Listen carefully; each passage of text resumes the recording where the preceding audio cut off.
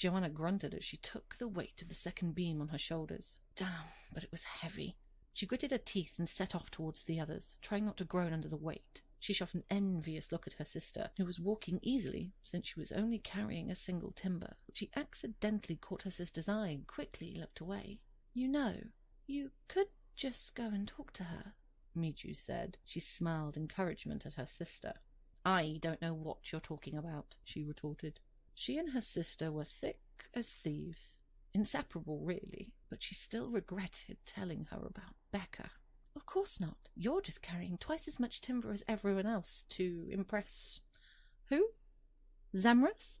Joanna's cheeks flushed, and she glanced quickly around. Taking the Paragon's name in vain was shocking, but it didn't look like anyone had heard. "Wash your mouth out, Miju." She tried to regain her composure, but it wasn't easy when carrying so much damn weight. "I'm just doing what I can so that we can get this barn finished before dark is all." "Shh, she's coming."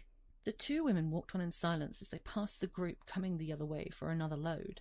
Joanna shifted the balance on her shoulder, taking as much as she could in her hands, so that the weight caused her muscles to stand out. She kept her eyes locked firmly forwards, but at the last minute she dared to flash the briefest glance at the group as they passed her.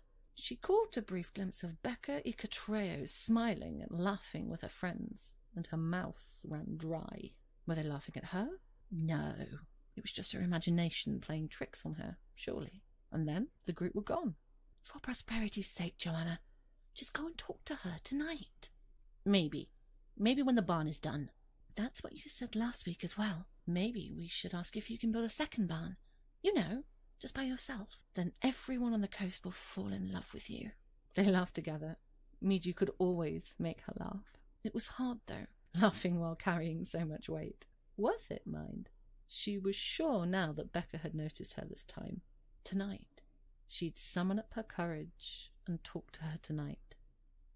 She promised herself. Game information. The evacuated people of the Isle of Zenres are now settling into their new home in Segura. But they have plans. Ambitious plans, which you can learn more about on the wiki. They're quite keen to transform the dry, dusty plains of northern Segura into something more fertile, and they're prepared to put in plenty of hard work to make it happen. Not everything is plain sailing, though. There's the thorny matter of names, the odd customs that have grown up over the years they've been separated with the Empire, and also a bucket of concern about recent developments with regards to refugees.